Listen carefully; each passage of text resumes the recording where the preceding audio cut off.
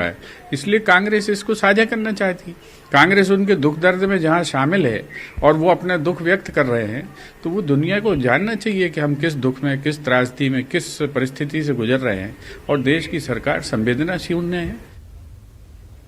और चलिए आपको सीधे लिए चलते हैं, स्वास्थ्य गृह मंत्री नरोत्तम मिश्रा आखिर क्या कुछ कह रहे हैं, सुनते हैं। में गए लॉकडाउन होने की स्थिति में भी कितने हजार करोड़ नगद किसानों के खाते में पहुंचाया, ये मैं कल जानकारी दूंगा, क्योंकि बड़ी राशि है। और ये मैं इसलिए भी कल बोलना चाहता हूं कि आपको बिंदु से बोलूं, और वो लोग जो 1.25 साल सिर्फ खजाने का खाली होने का रोना रोते रहे, वो उनका प्रतिबिंब बने, उनका आईना बने, ये मैं चाहूंगा। ये भी आज चर्चा हुई है। आज हमारे जो किसान भाई हैं उनको भी नाबार्ड के द्वारा कैसे लोन हम मिले, 3000 करोड़ के आवेदन उन्हें प्राप्त हुए थे। 2000 करोड़ रुपया बैंकों को भी दे दिया है। प्रधानमंत्री सम्मान निधि के जो किसान हैं उन्हें केसीसी से जोड़ने का भी आज तय किया है। 16 लाख किसानों का 85 करोड़ रुपए का ब्याज राज्य सरकार भरेगी, ये भी आज तय किया है।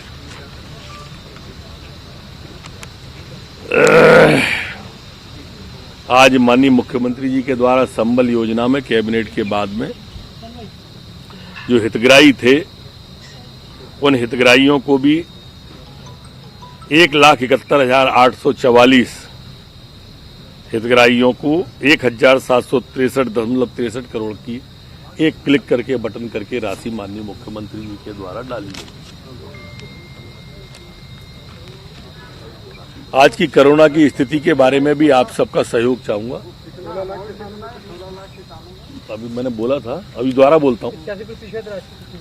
हाँ, दोबारा बोल देता हूं। जैसा मैं पूर्व में कई बार आपको बता रहा था, और मैं समझता हूं रोज आपसे साक्षात्कार भी कर रहा हूं,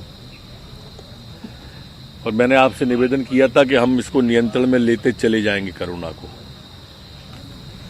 आप पिछले 5-7 दिन के आंकड़े उठाएंगे तो 7 दिन से पूरा हम घटाते चले आ रहे हैं, और आज घटते क्रम में सिर्फ 165 केस कोरोना के आए।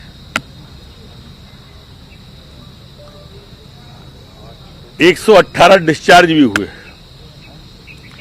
और आपको ये जानकर सुखद अनुभूति होगी कि हिंदुस्तान के अंदर हिंदुस्तान की रेट,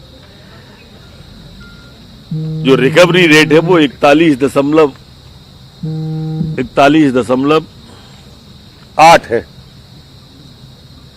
इंडिया की रेट, और मध्य प्रदेश की रिकवरी रेट है 53.5।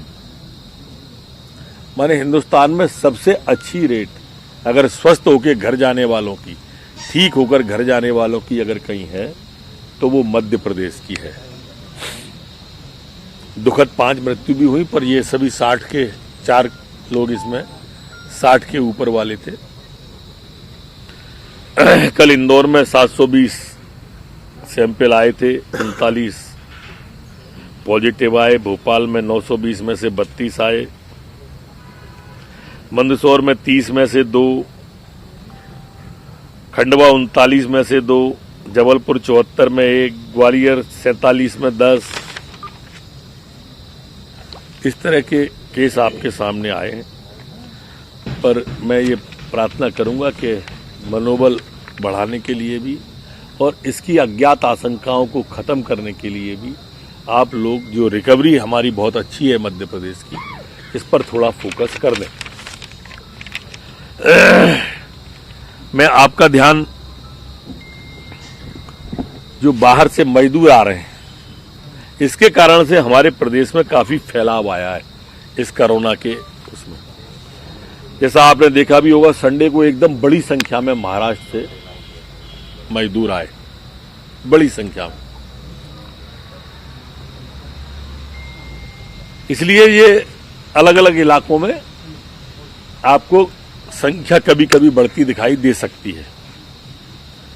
लेकिन इसके बावजूद भी राज्य सरकार कोई कमी नहीं छोड़ रही। आज तक हम गुजरात से 2,08,000 और राजस्थान से 1,20,000, महाराष्ट्र से 1,26,000 श्रमिकों को वापस ला चुके हैं। इसके अलावा गोवा, दिल्ली, पंजाब, हरियाणा, केरल, आंध्र प्रदेश, तमिलनाडु, तेलंगाना से भी श्रमिक आए हैं। प्रतिदिन पैदल अन्य प्रदेशों के 12 से 15,000 लोग आ रहे हैं और मध्य प्रदेश एकमात्र ऐसा प्रदेश है जो उनको भोजन देने की, चाय नाश्ता देने की, साधन देने की व्यवस्था कर रहा है। ये हमारे मुख्यमंत्री जी विशेष ध्यान बाहर से आने, ये और कोई प्रदेश नहीं दे रहा है इतना ध्यान जितना हम दे रहे हैं। और ये प्रार्थना आप सबसे भी कि ये बात नीचे तक जाए। इसी तरह से अब तक करीब 5,45,000 श्रमिक प्रदेश में वापस आ गए। इसमें रेल से करीब 1,62,000, बसों से लगभग 3,83,000 लोग वापस आए हैं। कल एक ट्रेन विभिन्न स्थानों से आई है, आज एक ट्रेन आ रही है। इस प्रकार 129 ट्रेनें आज तक आ जाएंगी। कल एक ट्रेन आने की संभावना है। कुल 130 ट्रेन हो जाएंगी। महाराष्ट्र से 36 ट्रेनें आ चुकी हैं, गुजरात से 28, हरियाणा से 15, तेलंगाना से 7, पंजाब से 7, कर्नाटक से 4, गोवा से 3, तमिलनाडु से 3, केरल से 2, राजस्थान से 2, दिल्ली से 2 और जम्मू कश्मीर से 2 ट्रेन आई हैं। और जम्मू कश्मीर से अभी और भी डिमांड मिली है तो हम एक ट्रेन और चलाने के बारे में सोच रहे हैं। लेकिन अब अधिकांश प्रदेशों में उतने श्रमिक नहीं हैं जितने की ट्रेन में भरे जा सके। लगभग हमने पूरे श्रमिकों को लाने की चिंता की है। थोड़े थोड़े हैं तो उनकी जैसे जैसे डिमांड आएगी वैसी पूर्ति पर विचार किया जाएगा। जैसे मैंने आज जम्मू से आपको एक ट्रेन का बोला है, जितनी संख्या की डिमांड आती है उतने के बारे में सोचते हैं। हमारी जो सीमा पर श्रमिकें हैं उनके लिए बस आ रही हैं। आज 650-700 बसें हमने लगाई हैं। करीब 30,000 श्रमिक अन्य प्रदेशों के उनको और पहुंचाने की अभी चिंता हम कर रहे हैं। ये स्थिति अभी श्रमिकों की है। गेहूं की खरीद के बारे में पिछले साल से दोगुना गेहूं हमने इस साल खरीद लिया है। कल्पना करें आप, पिछले साल से दोगुना। ये एक नेतृत्व के प्रति विश्वास होता है। शिवराज सिंह जी चौहान जो किसान के बेटे, धरती के पुत्र हैं, उनके प्रति विश्वास है। 1,16,00,000 मेट्रिक टन गेहूं है और आज रात तक ये 1,16,00,000 से बढ़कर 1,18,00,000 तक हो सकता है, जिस हिसाब से हमारी वो चल रही है। हमें लगता है कि ये आंकड़ा हमारा अगर इसी तरह बढ़ता रहा तो 1,23,00,000, 1,24,00,000 तक भी पहुंच सकते हैं। 85% हमने गोदामों में पहुंचा दिया है। इसलिए वो कोई बात आती हो कि लोडिंग अनलोडिंग नहीं हो रही है। खुले में कितना है? खुले में अब देखिए, गेहूं आएगा तो खरीदेंगे तो है ही, और आप सबको मालूम है इसकी तारीख 31 तक बढ़ा दी गई है। बारदाने की कहीं कहीं दिक्कत होती है, पहुंचने में दिक्कत होगी तो खुले में भी रखेंगे, लेकिन किसान का गेहूं खरीदेंगे जरूर। मानसून पूर्व बारिश शुरू हो रही है। एक बात और, 15,134 करोड़ का भुगतान 11,700 किसानों के खाते में पहुंच गया है, उनकी जेब में पहुंच गया है। अभी देता हूं, सभी के जवाब देता हूं, उसके बाद आंकड़े हैं, चूंकि कागज का सहारा लेना पड़ता है। थोड़ा सा भी एक अंक गलत हुआ तो आप कहोगे क्या कह गए मंत्री जी। श्रम सिद्धि अभियान जो सभी को रोजगार देने का माननीय मुख्यमंत्री जी ने प्रारंभ किया था, उसमें हम 23,64,964 लोगों को अभी तक मजदूर काम पर 63,64,964 मजदूर काम पर लगे हुए हैं मनरेगा में। 1,95,989 काम मध्य प्रदेश में चालू हैं, रनिंग में हैं, जिन पर ये मजदूर लगे हुए हैं। 1,235 करोड़ रुपए का भुगतान इन मजदूरों को हो चुका है। तो सरकार के द्वारा दिन भर के किए हुए काम, किस तरह से सरकार का काम चल रहा है, उसको लेकर प्रेस कॉन्फ्रेंस इस वक्त मंत्री नरोत्तम मिश्रा कर रखे थे, जानकारी वो दे रहे थे। चलिए आगे बढ़ते हैं। मोदी सरकार के दूसरे कार्यकाल की पहली वर्षगांठ पर बीजेपी पूरे देश में अभियान चलाने जा रही है। हालांकि बीजेपी कोरोना महामारी को देखते हुए इस अभियान को डिजिटल माध्यम से ही चलाएगी। पार्टी केंद्र सरकार की उपलब्धियों के बारे में जन जन को बताने का काम करेगी। 30 मई से बीजेपी वर्चुअल अभियान चलाएगी, जिसमें से 2 वर्चुअल रैलियां मध्य प्रदेश में भी की जानी है, जिससे बूथ लेवल तक आत्मनिर्भर भारत अभियान चलाया जाएगा।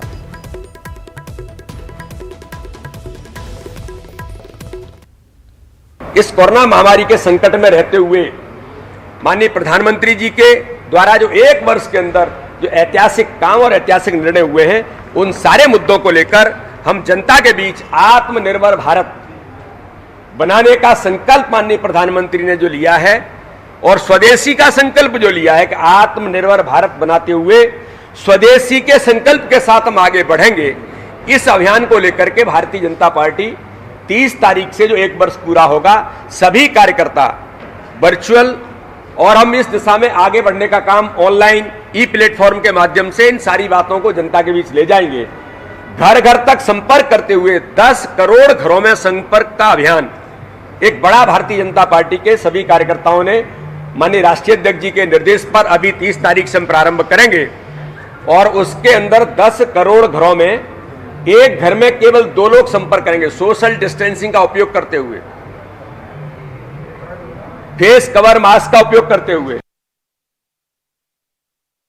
बीजेपी तैयार करने जा रही है, एक बड़ा रोडमैप तैयार किया है, किस तरह से केंद्र सरकार की उपलब्धियों को जन जन तक पहुंचाया जाए, किस तरह से लोकल के लिए वोकल हुआ जाए, किस तरह से स्वदेशी अभियान को आगे बढ़ाया जाए, साथ ही साथ आत्मनिर्भर भारत के अभियान की जानकारी और उससे जुड़ी हुई इंफॉर्मेशंस लोगों तक पहुंचाने के मकसद से बीजेपी ने ये नया प्लान तैयार किया है। मोदी सरकार का 1 साल का कार्यकाल पूर्ण होने के बाद अब इस अभियान की शुरुआत हो रही है। वर्चुअल रैलियां होंगी, 2 वर्चुअल रैली मध्य प्रदेश में होगी।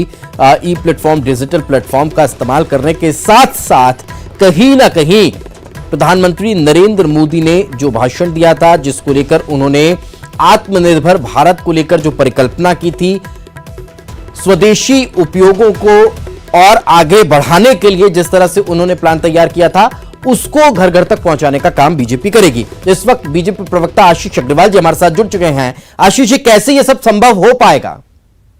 देखिए, भारतीय जनता पार्टी नई टेक्नोलॉजी को लाने के लिए जानी जाती है, चाहे वो नमो ऐप हो या सोशल मीडिया के माध्यम से अपने मतदाताओं से जुड़ने का विषय हो, जो माननीय मोदी जी के नेतृत्व में हमने किया है और दूसरी पार्टियों ने उसको अपनाया है। अब ये कोरोना के संकट काल में इस समय बड़ा स्पष्ट है कि आप ज्यादा से ज्यादा लोगों तक अगर आपको रीच करना है तो आपको कन्वेंशनल तरीके नहीं अपनाने होंगे, अन्यथा ये महामारी का प्रकोप पड़ेगा। तो वर्चुअल कैंपेन्स के माध्यम से जितनी भी सोशल मीडिया स्ट्रैटेजीज है, जितने और नए प्लेटफॉर्म्स आ रहे हैं, उनको हम स्ट्रेटेजाइज कर रहे हैं। परंतु सरकार के जो एक अच्छे कदम हैं, जो सफलताएं हैं, जो सकारात्मकताएं हैं, वो जनता तक पहुंचाई जाए, इसका हम पूरा प्रयास करेंगे। और भारतीय जनता पार्टी का जो एक बड़ा एक कैडर बेस है, वो अब अपनी राह को बदलते हुए प्रयास करेगा। कहीं ना कहीं एक नए प्लेटफॉर्म के जरिए एक नई कोशिश करते हुए बीजेपी नजर आने वाली। बहुत बहुत शुक्रिया आशीष जी हमारे साथ चर्चा में जुड़ने के लिए। वक्त एक छोटे से ब्रेक है, ब्रेक के बाद जल्द हाजिर होंगे।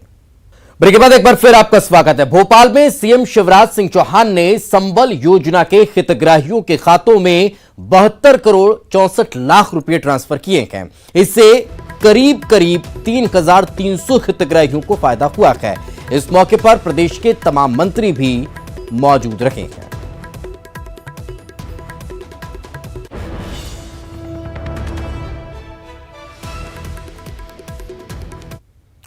आगे बढ़ते हैं। खबर भोपाल से। पूर्व मंत्री प्रभुराम चौधरी और कांग्रेस आमने सामने आ गए हैं। प्रभुराम चौधरी ने कांग्रेस के आरोपों को निराधार बताया है। कांग्रेस ने ट्वीट के जरिए प्रभुराम चौधरी पर आरोप लगाए थे। अतिथि शिक्षकों को 12 महीने सेवाकाल देने संबंधी फाइल को रोकने के आरोप लगाए गए। प्रभुराम चौधरी ने आरोपों का जवाब दिया। 200 कांग्रेसियों के बीजेपी में शामिल होने से कांग्रेस बौखला गई है। फाइल रोकने के आरोप निराधार हैं।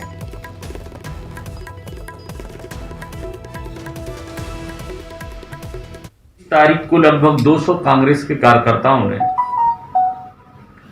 भारतीय जनता पार्टी के कार्यालय में माननीय मुख्यमंत्री जी और माननीय प्रदेश अध्यक्ष बीडी शर्मा जी के समक्ष 200 कांग्रेस के कार्यकर्ताओं ने भारतीय जनता पार्टी की सदस्यता ली।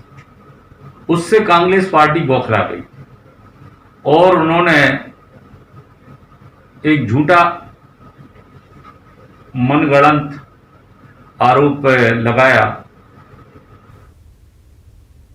दमोह में उपज बेचने के लिए किसानों को साइलो केंद्र पर लंबा इंतजार करना पड़ रहा है। किसानों के ट्रॉलियों की लंबी कतार लग रही है। ट्रॉलियों की करीब 8 किलोमीटर लंबी कतार की यह तस्वीर ड्रोन के जरिए ली गई है। किसान उपज बेचने के लिए परेशान हो रहे हैं, लेकिन प्रशासन ध्यान नहीं दे रही है।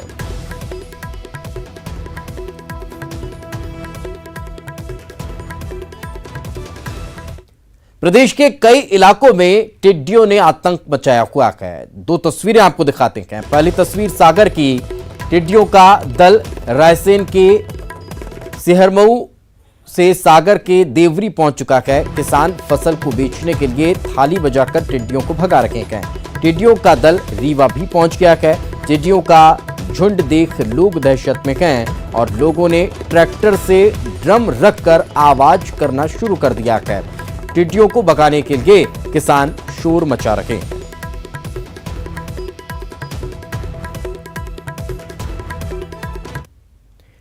देश में कोरोना को लेकर लोग डरे सहमे हैं, लेकिन न्यूज 18 ने कोरोना कंट्रोल रूम बनाकर सही जानकारी देने का मन बनाया था और जो हम लगातार दे भी रहे हैं।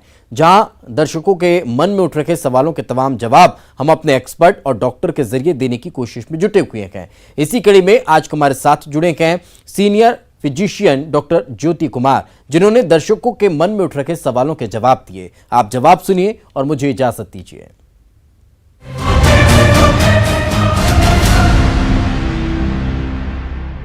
मैं राहुल यादव बिलासपुर छत्तीसगढ़ से डॉक्टर साहब से पूछना चाह रहा हूँ कि सैनिटाइजर का इस्तेमाल कब कब करना चाहिए। हेलो डॉक्टर, मेरा नाम राजीव है, मैं अबू धाबी से बोल रहा हूँ। मेरा सवाल है आपसे कि क्या सैनिटाइजर से कोरोना वायरस मरता है? मैं कृपाल पांधी मुंबई से ये पूछना चाहता हूँ कि सैनिटाइजर का ज्यादा इस्तेमाल हानिकारक है और कितना? मेरा नाम रीना मालवी है, मैं एक शिक्षिका हूँ। मैं ये जानना चाहती हूँ कि सैनिटाइजर तो हम लोग यूज कर रहे हैं, पर उसका यूज किस तरह से करना चाहिए और कब करना चाहिए? देखिए, मैं पहले आपको बताता हूँ किन लोगों को सैनिटाइजर यूज करना जरूरी है। सैनिटाइजर अल्कोहल 70% अल्कोहल से बनाया हुआ चीज है और जितना हो सके उसको हम कम यूज करें, कम इस्तेमाल करें। खाली इमरजेंसी में या ऐसी जगह पे जहाँ पे पानी या साबुन की सुविधा ना हो, जैसे कि हम बाहर सफ़र कर रहे हों, गाड़ी में जा रहे हों और हमारे पास पानी या साबुन मौजूद नहीं है, तो ऐसे स्थिति में इस सैनिटाइज़र यूज़ करते हैं। जैसे कि मेडिकल के लोग जो हैं मरीज़ को देखते रहते हैं, बार बार पानी और साबुन इस्तेमाल करना आसान नहीं रहता है, तो हर पेशेंट का जांच या छूने के बाद सैनिटाइज़र यूज़ करना ठीक रहेगा। सैनिटाइज़र में 70% अल्कोहल मिला हुआ रहता है, तो ये अल्कोहल जो है चमड़ी में जो चर्बी रहती है वो चर्बी को हटा देती है। उसी तरह वायरस जो कीटाणु है वो उसके बाहरी हिस्से में चर्बी रहती है, उस चर्बी को पिघलाने के लिए ये सैनिटाइज़र काम करता है। जैसे साबुन और पानी यूज़ करते हैं, उसी को पिघलाने के लिए। तो इस तरह वायरस का नाश हो जाता है या जल्दी से वायरस डिजेनरेट हो जाता है। तो ओवर यूज़ करना या ज़्यादा इस्तेमाल करना सैनिटाइज़र का हमारे लिए, हमारे चमड़ी के लिए भी धोखादायक है।